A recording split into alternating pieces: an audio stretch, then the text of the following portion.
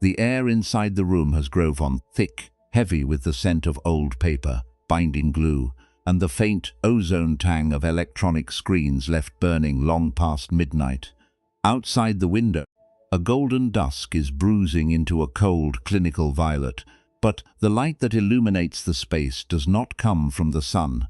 It comes from the blue-white glare of open monitors, from the neatly stacked rows of leather-bound volumes, and from the dozens of digital tabs left open like tiny, unblinking eyes. In the garden below, a sudden gust of wind sweeps through the oak trees, sending a chaotic flurry of dry leaves scraping across the gravel path. It is a completely unscripted moment, irregular, messy, and entirely alive. Yet, inside this room, everything is climate-controlled, curated, and perfectly still. The silence here is not the fertile quiet of a forest floor.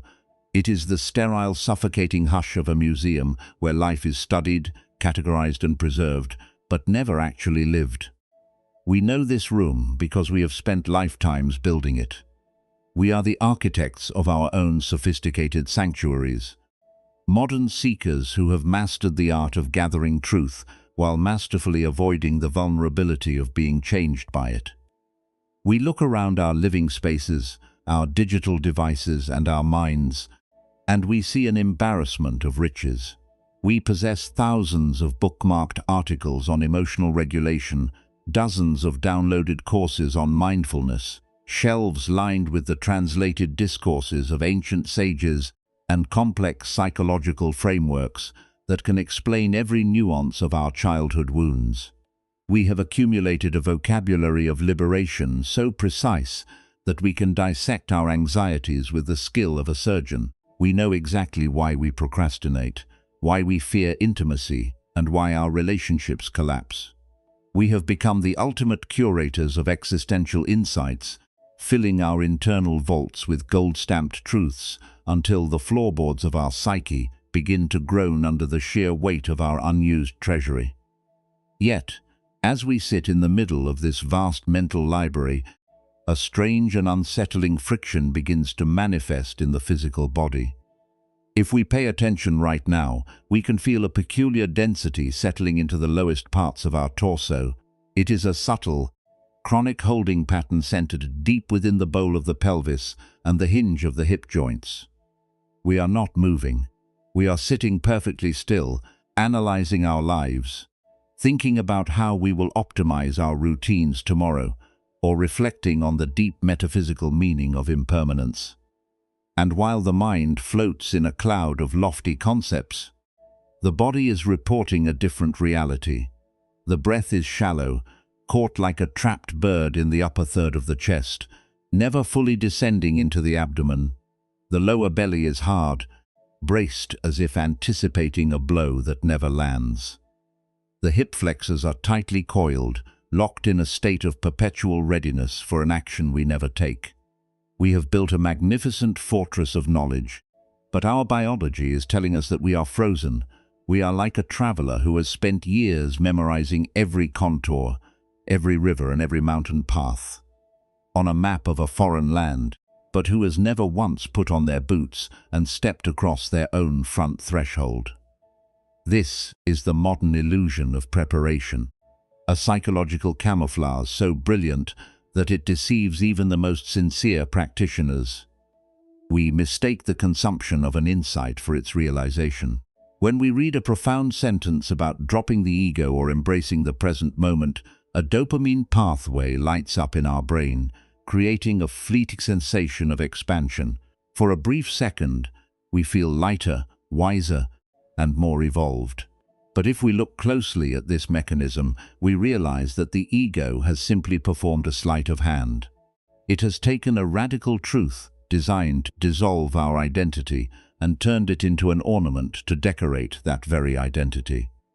We have added another trophy to our spiritual display case. We say to ourselves, "Now I understand the root of suffering." And in that very act of understanding, we separate ourselves from the raw, unmediated experience of the present moment. We have transformed the medicine of the Buddha into a commodity to be hoarded, an intellectual buffer designed to protect us from the chaotic, unpredictable feedback loop of actual living. Consider the nature of a magnificent sword, forged by a master blacksmith from the finest steel, its edge sharp enough to divide a falling hair. To protect this weapon, it is placed inside a gold-plated scabbard, lined with velvet and adorned with intricate engravings of mythical beasts. The scabbard is beautiful, a testament to the wealth and taste of its owner. It sits on a velvet cushion in a locked vault, admired by all who see it. But because the sword is never drawn, because it never cuts through the air, never meets the resistance of a shield, and never tastes the moisture of the elements, a secret transformation begins to take place beneath the gold plating. The moisture in the air gets trapped inside the velvet lining. Microscopic particles of dust settle between the blade and the sheath. Quietly, invisibly, a red-orange film of rust begins to bloom across the pristine steel. It eats away at the sharp edge, pitting the smooth surface, fusing the blade to the inner walls of its beautiful container. Years pass, and from the outside the scabbard remains flawless, gleaming under the gallery lights. But the weapon within has become a dead thing, paralyzed by its own protection, unable to be unsheathed when the hour of crisis arrives. This is the alchemist's rust, the hidden decay that occurs when wisdom is hoarded rather than embodied. We are that gold-plated scabbard.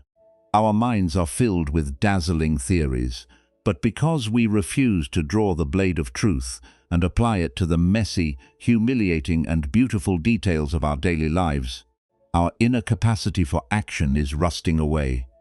We use our knowledge as an armor against life. We believe that if we can just understand our fear, we won't have to feel it. We believe that if we can categorize another person's behavior using a psychological framework, we won't have to risk the pain of opening our hearts to them.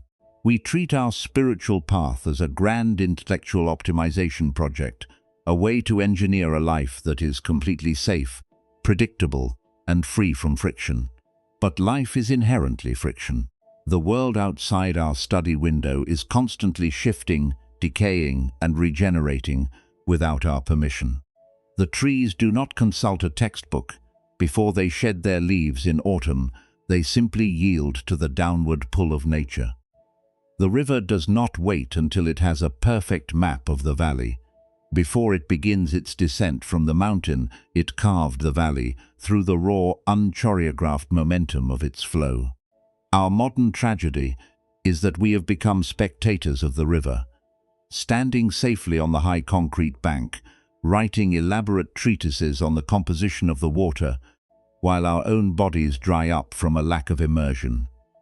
We are terrified of the mud, terrified of the currents that might sweep us off our feet, terrified of what we might discover if we allow ourselves to be completely undone by the reality of the present moment.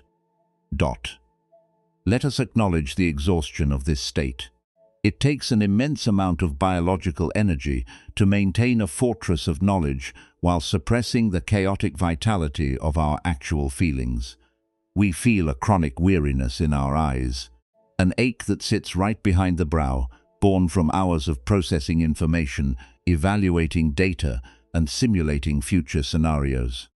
We are constantly preparing for a life that we promise we will start living once we have read one more book, completed one more workshop, or achieved a slightly higher level of emotional stability. We have turned healing into an endless, multi-layered career, an infinite repair workshop where the work is never finished and the factory doors are never opened to the public. If we tune into our physical alignment in this moment, we can see how this psychological hoarding prints itself onto our skeleton.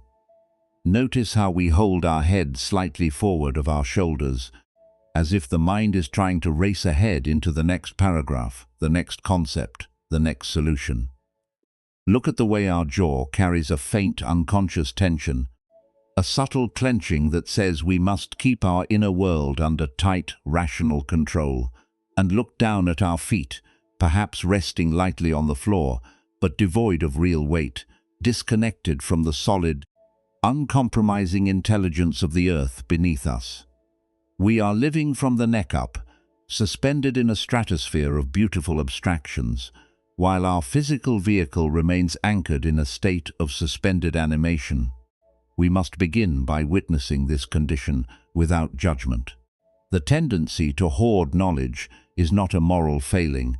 It is a highly sophisticated defense mechanism developed by a fragile ego trying to survive in a hyper-complex, fast-paced world. When the ground beneath our feet feels unstable, when the institutions around us are crumbling and our personal lives feel fragile, it is completely natural to seek refuge in certainty.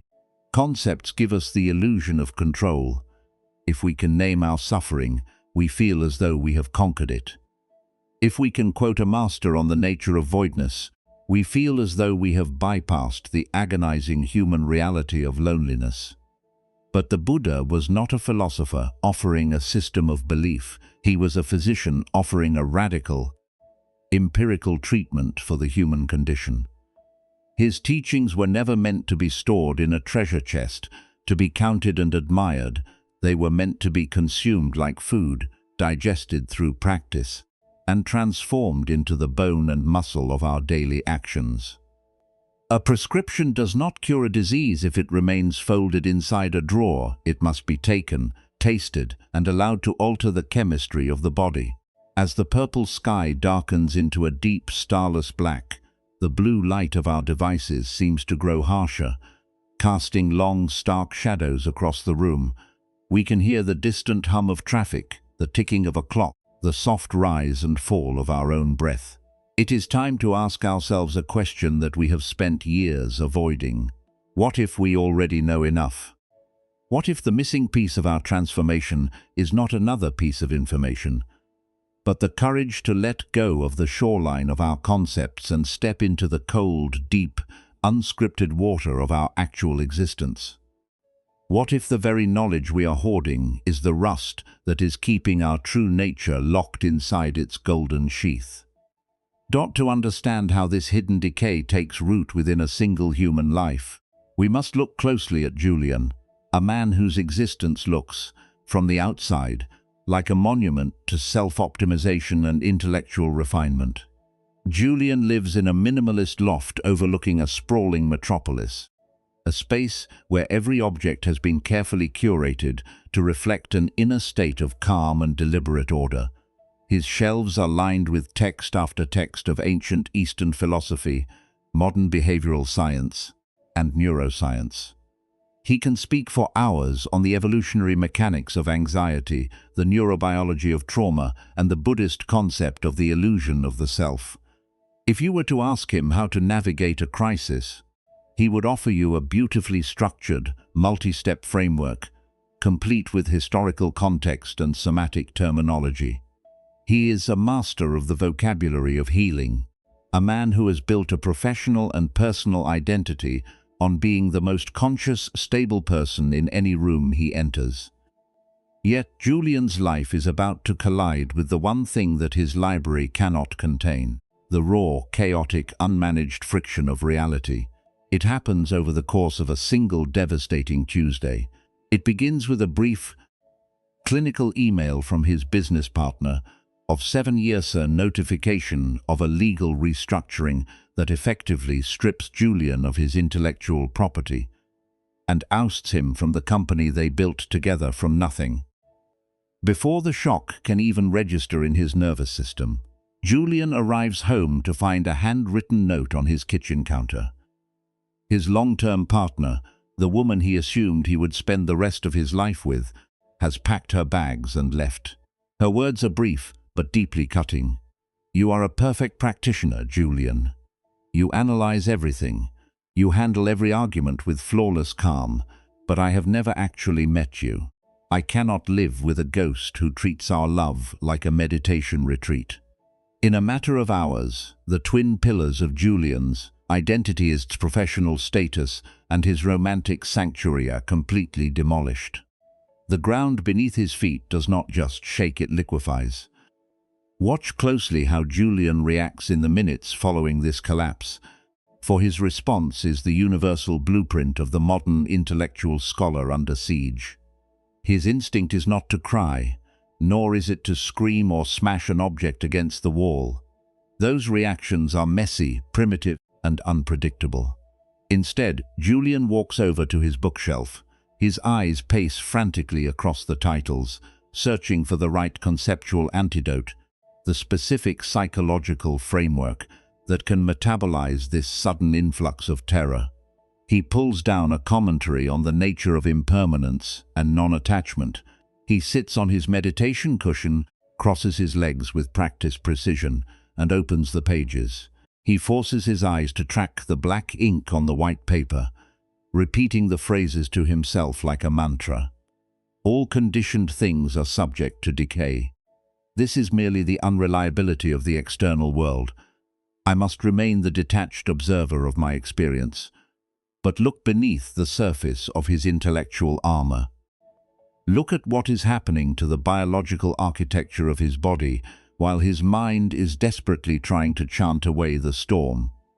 The primary site of Julian's structural defense is located deep within his physical core, hidden beneath the organs of his abdomen. It is the psoas major, the massive pair of muscles that connects the lumbar spine to the lesser trochanter of the femur. In biological terms, the pso is often called the muscle of the soul, or the fight-or-flight muscle, because it is directly wired into the most primitive, reptilian parts of the human brain. The moment the brain perceives a threat, whether it is a tiger in the grass or a devastating email on a computer screen, the psoas is the very first muscle to contract. Its evolutionary purpose is to pull the knees toward the chest to protect the vulnerable soft tissues of the belly, or to propel the body forward into a sprint. Because Julian refuses to allow himself to run, scream, or tremble, the enormous surge of survival energy generated by his nervous system has nowhere to go. It travels straight into the deep core stabilizers of his pelvis and stays there, trapped. His psoas major enters a state of chronic, violent contraction. It acts like two steel cables tightening on either side of his lower spine, pulling his lumbar vertebrae forward and downward toward his thighs. As a consequence of this deep structural lock, a domino effect of physical compensation cascades through Julian's entire body. The chronic shortening of his psoas pulls the bowl of his pelvis into a severe anterior tilt, which immediately jams the sacroiliac joints at the back of his hips. To keep from falling forward, the muscles of his lower back, the erector spinae, and the quadratus lumborum gone, contracting into stone-hard ridges to hold his torso upright. This creates a permanent invisible brace in his lumbar spine, a biological wall that prevents any fluid movement or shock absorption from passing through his center. Now, observe his breathing. Because his lower abdomen is locked in this tight, protective grip, his respiratory diaphragm cannot descend when he inhales. The diaphragm is meant to push downward into the abdominal cavity on every in-breath, massaging the internal organs and stimulating the vagus nerve, which signals the nervous system that it is safe to relax. But Julian's diaphragm is paralyzed by the pressure from below. It cannot move. Therefore, his breath is forced to migrate upward into his chest.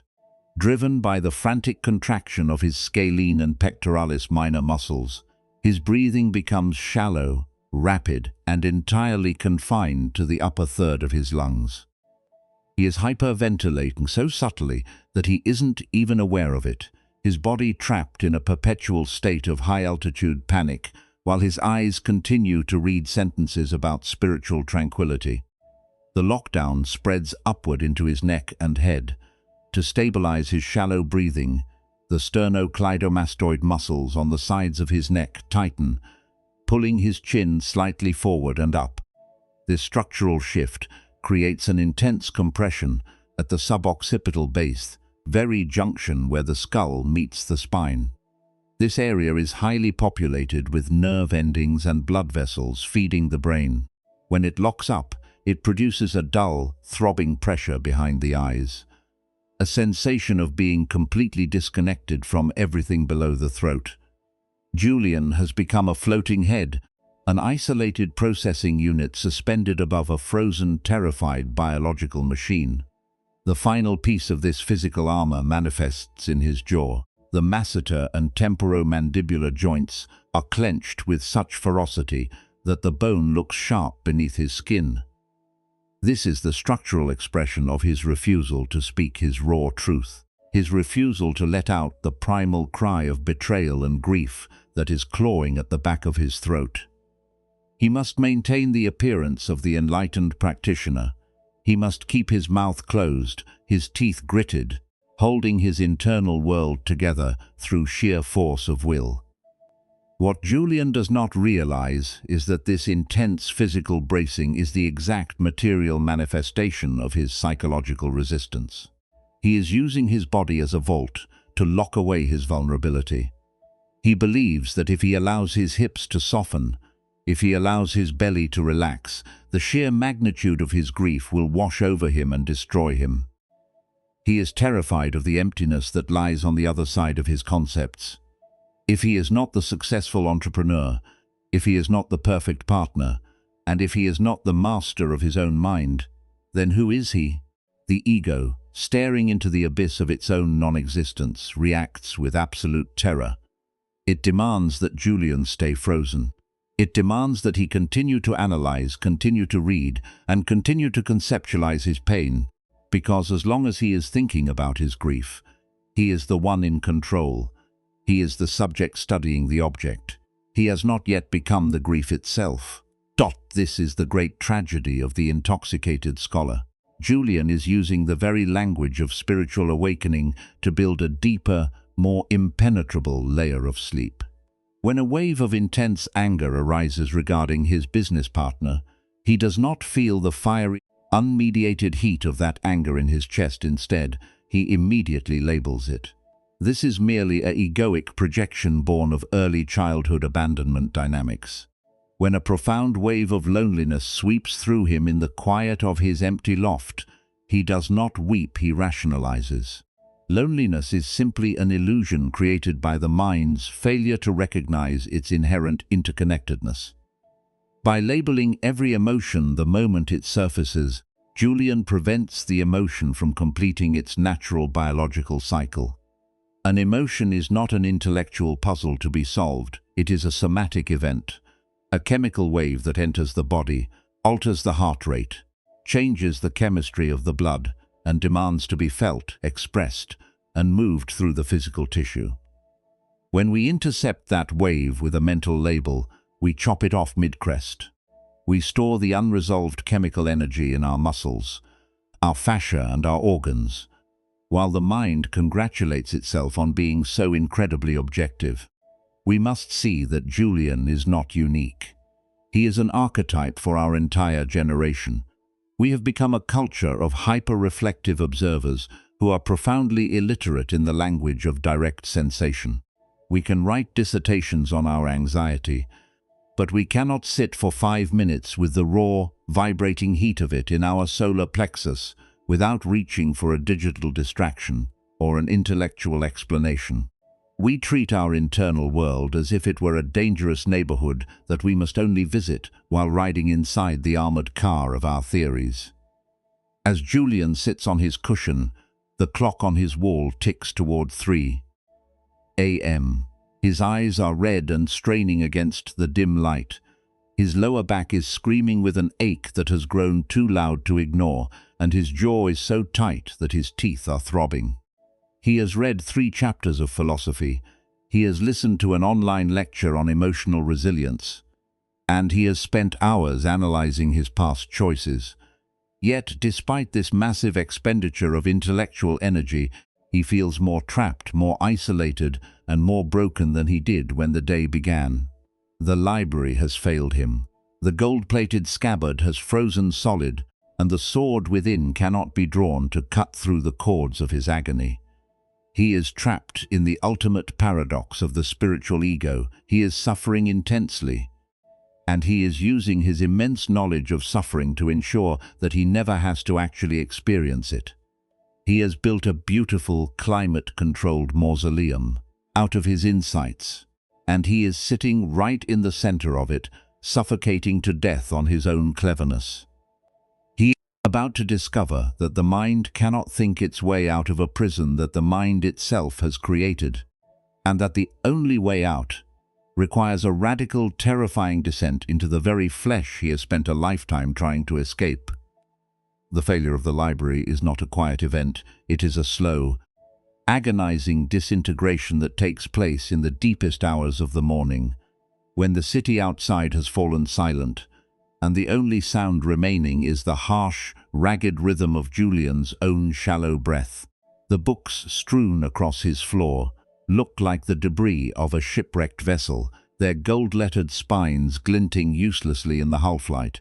For hours, Julian has been trying to manage his crisis, treating his broken heart and ruined career like a complex equation that could be balanced if he could just find the right variable of philosophical understanding. But the equation refuses to balance. The panic in his chest remains raw, a wild animal pacing behind the bars of his ribcage, entirely indifferent to the elegant theories he throws at it. It is in this state of absolute exhaustion that Julian enters the territory of the surgical blade, the precise psychological and spiritual anatomy that the historical Buddha mapped out thousands of years ago.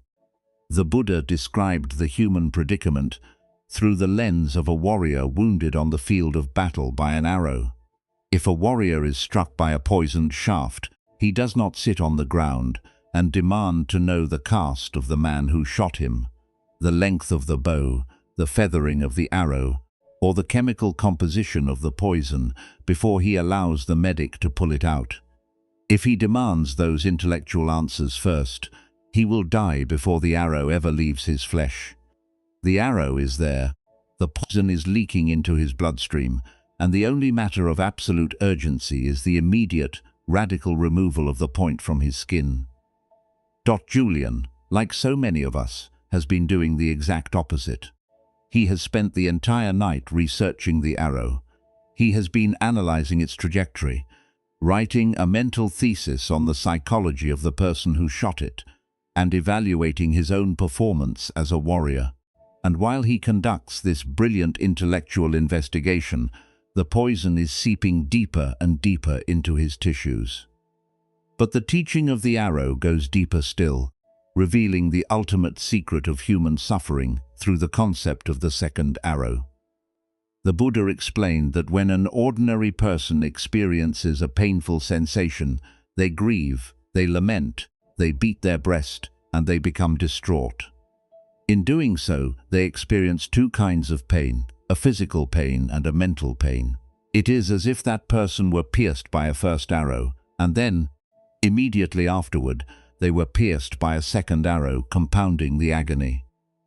Let us dissect these two arrows within the laboratory of Julian's collapsing life, for this is where the illusion of the conceptual ego is utterly unmasked. The first arrow is the raw reality of the changing world.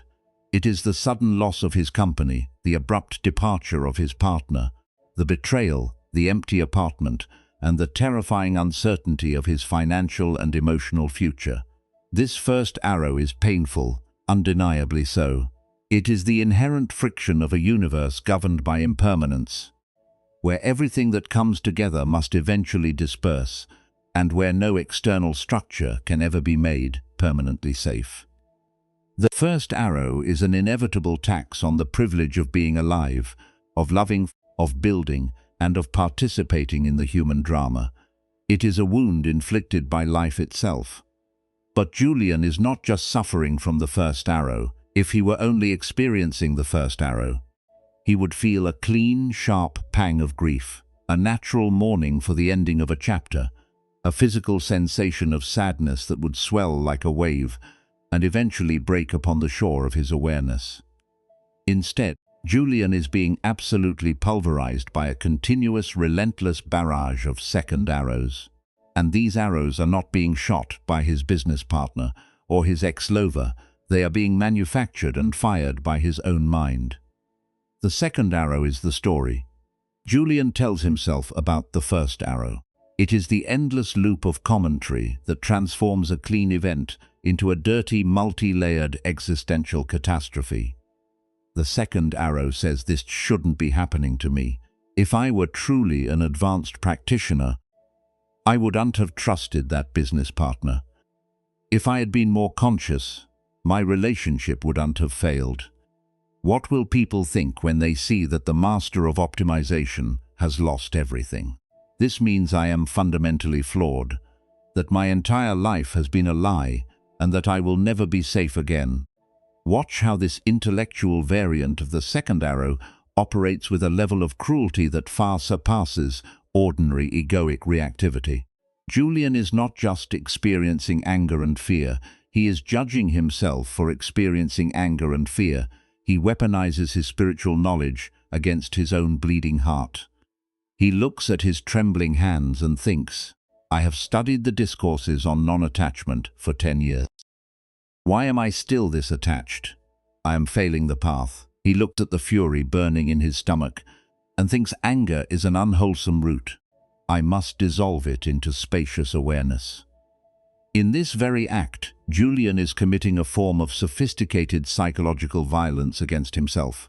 He is using Buddhist concepts not as a means of liberation, but as a new set of rules to judge, discipline, and punish his authentic human experience.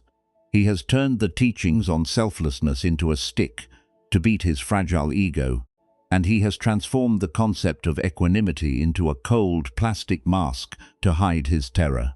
This is the ultimate trap of the spiritualized mind. It creates an idealized image of an enlightened person, Somyan, who is always calm, always detached, always floating above the mud of human emotion, and then it tortures the real living, breathing human being for failing to live up to that impossible abstraction. This leads us to the core anatomy of the illusion of the self, the doctrine of non-self that Julian has read about in 100 volumes, but has never actually permitted to break him open. The mind operates under a profound, subconscious delusion that there is a solid, permanent, independent entity called Julian that owns his life, owns his reputation, owns his relationships, and owns his spiritual progress. This conceptual self is an invisible manager sitting in an office behind the eyes, constantly keeping score, checking the inventory, and trying to build a fortress of achievements that can withstand the currents of time. When the business collapse and the romantic abandonment occur, the invisible manager does not just grieve the loss of the company or the partner, it panics because its own existence is being threatened. The ego realizes that its carefully constructed narrative of being a successful, conscious, together person is about to be exposed as a fiction. To save itself from dissolution, the ego goes into hyperdrive. It begins to think furiously, to analyze frantically, and to fire second arrows of self-criticism and future simulation. Why? Because as long as Julian is caught in the drama of self-blame and analysis, the illusion of the self is preserved. The ego would rather feel miserable, broken and guilty than accept the radical, terrifying truth that it does not exist as a solid entity in the first place. Let us look at this mechanism with absolute, unblinking clarity. The anger, the grief, the panic, these are not things happening to Julian. They are simply the weather patterns of the conditioned mind, arising due to specific causes and conditions. Just as a thunderstorm arises when hot and cold air masses collide. The betrayal by his partner and the loss of his business are the external atmospheric changes. But because the mind insists on placing an imaginary owner at the center of the weather, it says, "My storm, my pain, my failure." This ownership is the mechanism that turns temporary emotional weather into a permanent, freezing winter of suffering. The Buddha's diagnosis is sharp as a scalpel. The suffering does not belong to the experience itself. It belongs to the dingmak, the sticky, prehensile grip of the mind that tries to seize hold of a changing reality and force it to be static. Julian wanted his company to be a permanent source of security. He wanted his relationship to be a permanent monument of validation. He wanted his spiritual practice to be a permanent shield against the messy unpredictability of human vulnerability. And now, the universe is delivering a brutal, merciful lesson in the reality of anitya, the absolute, non-negotiable truth of impermanence. Impermanence is not a theory to be debated in an auditorium. It is the fundamental law of the tissue, the bone, the breath, and the world. It means that the ground is always moving. It means that every structure we build is a sandcastle standing at the edge of a rising tide. The suffering Julian feels is the sound of the sandcastle collapsing, but the agony belongs entirely to his attempt to hold the sand grains together with his bare, bleeding fingers. If we look at Julian now, sitting in the grey light of a pre-dawn morning, we can see the moment of total structural collapse approaching. The intellectual defense cannot hold out forever. The muscles of his lower back are burning with a deep, chemical fatigue from hours of forced upright posture. His jaw is aching so intensely that the pain is radiating into his temples. His breathing has become so shallow that his lips are slightly dry, his throat parched. He has reached the absolute frontier of his intellectual capacity. He has no more quotes left to deploy. He has no more psychological diagnosis to apply to his pain. He has run out of concepts. This is the most dangerous and most sacred moment in the life of any seeker. It is the moment when the armor cracks and the raw, unvarnished reality of what is actually happening can no longer be kept at bay. It is the transition from the scholar who knows everything to the human being who knows absolutely nothing. To enter this transition, the mind must undergo a radical shift from an additive process to a subtractive one. For years, Julian believed that growth meant adding more information, more skills, more mindfulness techniques, and more philosophical insights to his identity. He was a collector of spiritual gold, but the true path of liberation, as mapped out by the ancient sages, is a process of systematic divestment. It is not the accumulation of wealth. It is the cultivation of an absolute, undefended poverty of spirit. It is the willingness to stand completely naked before the reality of the present moment, stripped of all titles, all certificates, all narratives, and all defense mechanisms. The second arrow can only draw blood if there is a solid target for it to hit. That target is the ego, the conceptual story of who we are.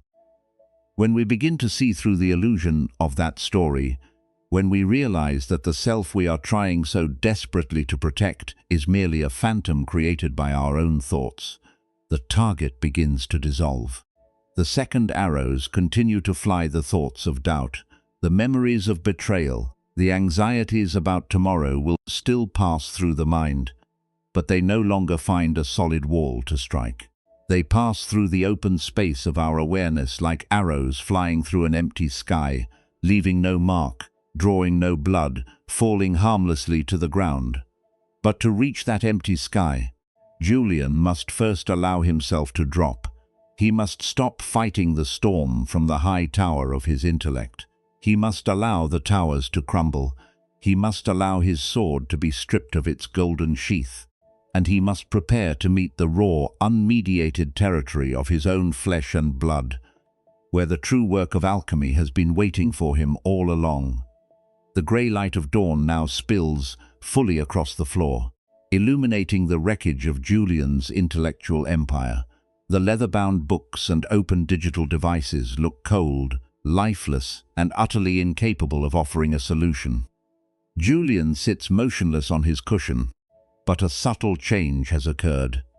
The frantic scanning of his eyes has stopped. The internal debate, the endless recycling of philosophical quotes to patch over his bleeding wounds, has finally exhausted itself. The mind has run out of strategies. In this state of profound defeat, the absolute necessity of transition becomes clear. The time for mapping the river has ended. The time for immersion has arrived. To scrape away the alchemist's rust that has fused his inner capacity for action, Julian must undergo a systematic somatic and mental reclamation, a protocol of practice that moves entirely away from the domain of the conceptual and into the raw architecture of his biology. The first step in this architecture of transformation requires a radical relocation of the center of awareness. For decades, Julian has operated from a position located about 2 inches behind his eyes, the classic stronghold of the modern analytical mind. From this vantage point, he has looked down upon his life, judging, organizing, and categorizing his experience. He must now consciously evacuate this high tower. The practice begins not with a thought, but with an intentional somatic descent. Julian allows his eyes to close, not to escape reality, but to block out the visual stimuli that continuously trigger his analytical cortex. He brings his attention to the act of breathing, but he completely abandons the typical practice of counting breaths or tracking the air as it enters, and leaves the nostrils methods that his intellectual ego has long since mastered and turned into a competitive sport of concentration. Instead, he directs his awareness downward, letting it slide past his throat, past his tightly braced chest, past the hard protective shield of his upper stomach, until it settles deep into the very bottom of his torso, the bowl of the pelvis and the space between the hip joints. As his awareness lands in this deep biological basement, he encounters the raw, unvarnished reality of his structural lock. He feels the intense, iron-like contraction of his psoas major muscles, pulling his lower spine forward, clamping down on his emotional core like a set of heavy vices. This is the physical hiding place of his terror. It feels hot, dense, and incredibly tight. The instinct of the scholar would be to instantly label this sensation as chronic stress or a fight-or-flight response. But Julian consciously restrains the naming mechanism. He drops the vocabulary. He refuses to call it anxiety. He refuses to call it contraction. He allows it to be exactly what it is in its purest preverbal state. A highly concentrated field of biological energy. A vibrant, intense pressure vibrating within his muscle tissue. Now begins the somatic breathing protocol designed to unlock this frozen treasury. Julian is instructed to shift his relationship to his breath completely. Instead of using his upper chest muscles to suck air into his lungs, a habit that maintains his high-altitude paniche relaxes the outer walls of his lower abdomen. He allows his belly to become completely soft, loose, and undefended. As he inhales, he does not pull the breath upward, rather. He imagines the breath as a heavy, warm liquid dropping straight down through his central axis, bypassing the chest entirely, and pooling at the very base of his pelvic floor. On the inhalation, he allows his lower belly, his flanks, and his lower back to expand outward in all directions, like a balloon filling with water. This physical expansion creates an internal spatial pressure that gently presses against the contracted psoas muscles from the inside out. On the exhalation, Julian does not push the air out with force. Instead, he simply opens his mouth slightly, relaxes his jaw completely, and allows the breath to fall out of his body under the natural influence of gravity. He lets go of the breath the way one would let go of a heavy stone, allowing it to drop back into the atmosphere. As each breath falls away, Julian practices the discipline of yielding. This is a profound physical action that counters the chronic holding pattern of the modern seeker. With every exhalation, he consciously allows the actual physical weight of his skeleton, his femur bones, his pelvis, his sacrum toe sink deeper into the cushion and the floor. He surrenders his mass to the gravity of the earth. He stops trying to hold himself up through the voluntary contraction of his back muscles. He allows the solid, uncompromising intelligence of the ground beneath him to carry his weight entirely. This process of yielding is initially terrifying to the ego. As Julian lets his lower body drop and soften, the trapped survival energy within his psoas begins to release. The muscle, which has been locked in a state of high-voltage contraction for hours, begins to quiver. A subtle, involuntary trembling starts deep within his groin and radiates upward through his abdomen. In the past, Julian would have panicked at this sensation. interpreting it as a sign of weakness or emotional instability. He would have tightened his muscles to stop the shaking. But now, guided by a deeper, non-conceptual wisdom, he stays completely still within the shaking. He recognizes that this trembling is not a symptom of pathology. It is the natural language of the nervous system discharging its stored charge. It is the ice melting back into water. It is the rust being scraped off the blade through the friction of pure, unfiltered, somatic release. As the physical core begins to soften, the practice expands into the domain of the mind through a discipline we can call imperfect presence. Julian must dismantle his addiction to psychological and spiritual perfection. For years, he has delayed taking action in his life because he was waiting for the perfect emotional state, the perfect clarity, or the perfect alignment of conditions. This is the ultimate trap of the hoarder, believing that one must be completely healed before one can begin to live. The protocol of imperfect presence flips this dynamic entirely. Julian is instructed to bring his awareness to the immediate, messy details of his current reality. He opens his eyes and looks at his empty apartment, at the letter of abandonment on the counter, at the digital notices of his ruined business. The mind instantly attempts to fire a second arrow, to launch an elaborate simulation of a disastrous future where he is broke, lonely, and humiliated. The moment this simulation begins, Julian deploys the surgical knife of micro-mindfulness. He does not try to fight the thoughts, he does not try to replace them with positive affirmations or spiritual platitudes. Instead, he asks himself a single, grounding question. What is actually present right now, stripped of the story? He looks at the components of his experience in this exact second. There is the visual impression of light on a white wall. There is the physical sensation of cold air passing over his skin. There is the sound of a bird chirping outside the window. There is a dull ache in his lower back. There is a memory passing through his awareness, like a cloud moving across a screen. That is all. When stripped of the narrative of catastrophe, the present moment is revealed to be incredibly simple, remarkably spacious, and entirely manageable. The catastrophe does not exist in the reality of the room, it exists exclusively in the mental projection of the future. Julian realizes that he does not have to solve the problem of the next 10 years, he only has to inhabit the reality of the next 10 seconds. From this grounded space, the practice moves into the cultivation of a subtractive discipline, systematic emptying of the internal archive. Julian must shift from an additive mindset to a subtractive one. Whenever a profound spiritual concept or a clever psychological explanation arises in his mind, he practices the art of conscious unlearning.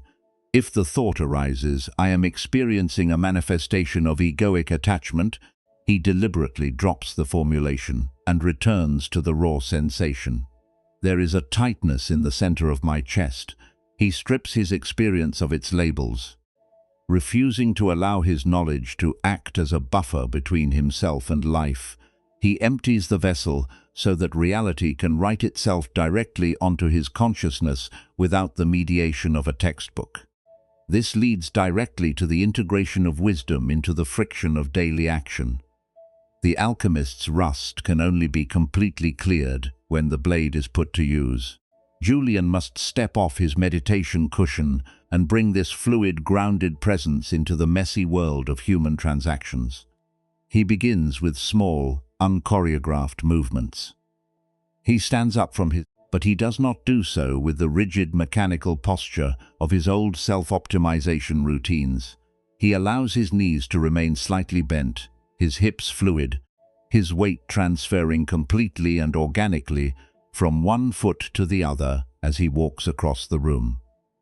He feels the solid texture of the wooden floorboards against the soles of his feet, caking his consciousness in the raw reality of the earth. He approaches his desk. In the past, opening his computer would have triggered an immediate contraction in his jaw and shoulders, a preparation for intellectual warfare.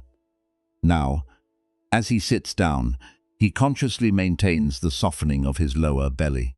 He keeps his breathing deep and abdominal. He opens his email and begins to draft a response to his former business partner regarding the legal separation. Watch the quality of this action. It is completely different from his previous behaviors. He is no longer writing from a place of defensive arrogance, using legalistic and psychological jargon to wound or protect. Nor is he writing from a place of collapsed victimhood, because his core is grounded. Because he has allowed himself to feel the raw heat of his anger and the deep cold of his fear without letting them crystallize into a story of self-pity, his response is exceptionally clean, precise, and unshakable. He states his terms with absolute clarity. He sets his boundaries without cruelty. He does not seek to manipulate, nor does he seek validation.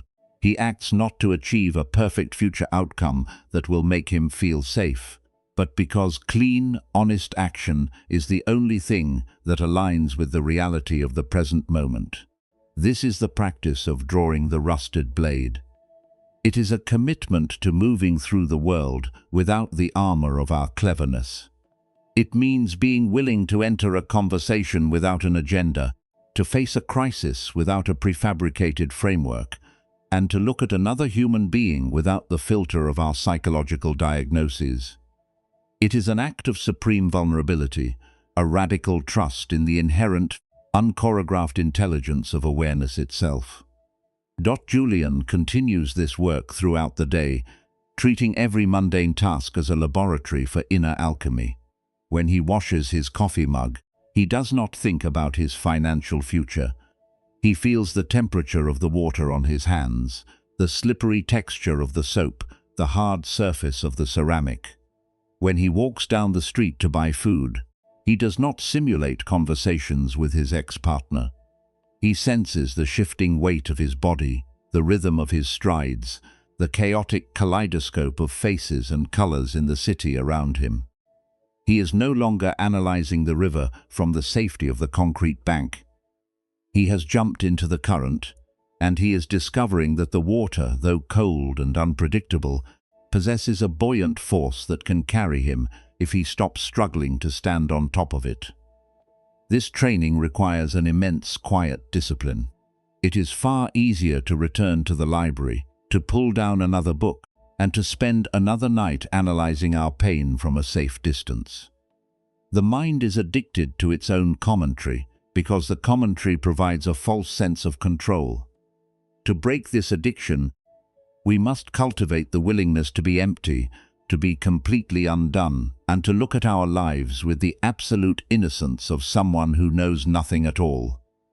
We must replace the arrogant question, "What do I know about this experience?" with the humble radical inquiry, "What is actually happening right now beneath the words?" As Julian practices this subtraction, he begins to notice a profound shift in his energetic economy. The chronic weariness that has sat behind his eyes for years begins to lift. The dull, throbbing pressure at the suboccipital base of his skull dissolves, replaced by a cool, spacious clarity. The energy that was previously consumed by the massive biological task of maintaining his physical armor and fueling his future simulations is now returned to his system. He feels a quiet, resilient vitality returning to his limbs. His body is no longer a frozen monument to self-optimization. It has become a fluid, highly responsive instrument, perfectly attuned to the shifting landscape of the present hour. The red-orange film of rust is falling away from his soul, not because he found a better theory to polish it, but because he finally had the courage to draw the blade and plunge it into the raw, living tissue of his actual existence.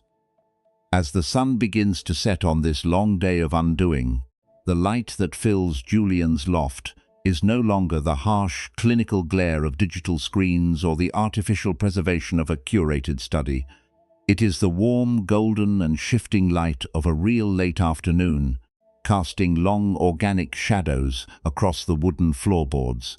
The books still lie where they fell, but they no longer look like ancient fortresses or trophies of spiritual achievement. They are simply objects made of paper and ink, inert and harmless, stripped of the power to either imprison or save him. Julian sits on his cushion once more, but his posture has undergone a profound structural revolution. His lower body rests upon the earth with an unshakable, mountain-like density. The deep cables of his psoas muscles have finally yielded their protective grip, allowing the bowl of his pelvis to settle into its natural, neutral alignment. His lower abdomen is soft, rising and falling in perfect synchronization, with a deep, effortless breath that drops all the way down to his root. The iron armor that once encased his ribcage has melted, and his chest expands naturally, like a tree trunk rings widening in spring. His shoulders hang loose and wide, no longer carrying the imaginary weight of a self-optimized universe, and his jaw has unclasped completely, leaving his face open, receptive, and undefended. This is the state of the dynamic flow, a profound and radical baseline of human consciousness that emerges only when the burden of our own cleverness is entirely dropped. In this, Julian's mind is no longer an infinite repair workshop or a frantic storehouse of existential frameworks. It has become a pristine, highly polished mirror. When a wave of sadness passes through him, the mirror reflects it perfectly, feeling the cool, heavy moisture of the grief in the center of the chest, without trying to label it, diagnose it, or use it to build a story of victimhood. When a thought of future uncertainty arises, it is met with a quiet, luminous spaciousness. The mind no longer needs to simulate 1,000 scenarios to ensure its safety. It relies instead on the instinctual, real-time responsiveness of an unarmored presence. Julian has crossed the great frontier from knowing the path to becoming the path. He is no longer a spectator standing on the dry concrete bank, analyzing the chemical composition of the river of life. He has jumped completely into the current. He has allowed the water to ruin his clothes, to sweep away his maps, and to strip him of his titles. And in that total surrender, he has discovered the supreme paradox of the spiritual life. That true security is found not in our ability to resist the changing nature of reality, but in our willingness to be completely fluid, meeting every unpredictable wave with the raw, elastic weight of our whole being. This is the living essence of the Buddha's final medicine, whispered across 25 centuries into the ears of every modern seeker who has become intoxicated by theories. Before his departure from the physical world, the sage did not leave his followers a dogma to worship, a legalistic code to enforce, or a library of abstractions to hoard. His final exhortation was a radical call to direct, unmediated empirical action. He urged his disciples to be lamps unto themselves, to rely on no external authority, and to test every truth in the fierce, uncompromising fire of their own lived experience. He reminded us that the map is never the territory, and that carrying a heavy chest of gold-stamped prescriptions will never cure a man who refuses to swallow the medicine. Julian steps away from his meditation cushion and walks over to the wide window, looking out over the sprawling, chaotic geometry of the city. The traffic below flows like a river of light. The wind rustles the leaves of the oak trees in the courtyard, and the air smells faintly of rain and evening soot. He has no company, no relationship, no blueprint for his financial future, and no intellectual certainty to comfort his mind. Yet, as he stands there with completely open hands and fluid hips, he feels an unshakable sense of sovereignty. He is finally awake to the raw immediacy of his own existence, rooted in the only ground that has ever actually existed. This very breath, this very sensation, this very second. The alchemist's rust has been thoroughly scraped away, and the legendary blade of his inner awareness has been unsheathed at last, gleaming, sharp, and perfectly responsive to the friction of the world. He has stopped preparing for a life that was always waiting for him to begin. He is empty, he is poor in spirit, he knows absolutely nothing, and for the first time in his life, he is completely free. We look into the mirror of Julian's journey, and we see our own cluttered sanctuaries, our own digital archives of curated wisdom, and our own deeply braced bodies waiting for a perfect moment that will never arrive. The texts are on our shelves, the insights are in our heads, and the red-orange film of our intellectual armor continues to tighten around our hearts.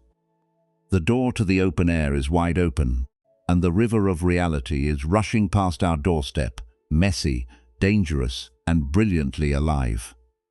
What is the single concept you are holding onto right now as a shield against your life? And what would happen if you had the supreme courage to drop it, draw the blade, and step out into the rain completely naked?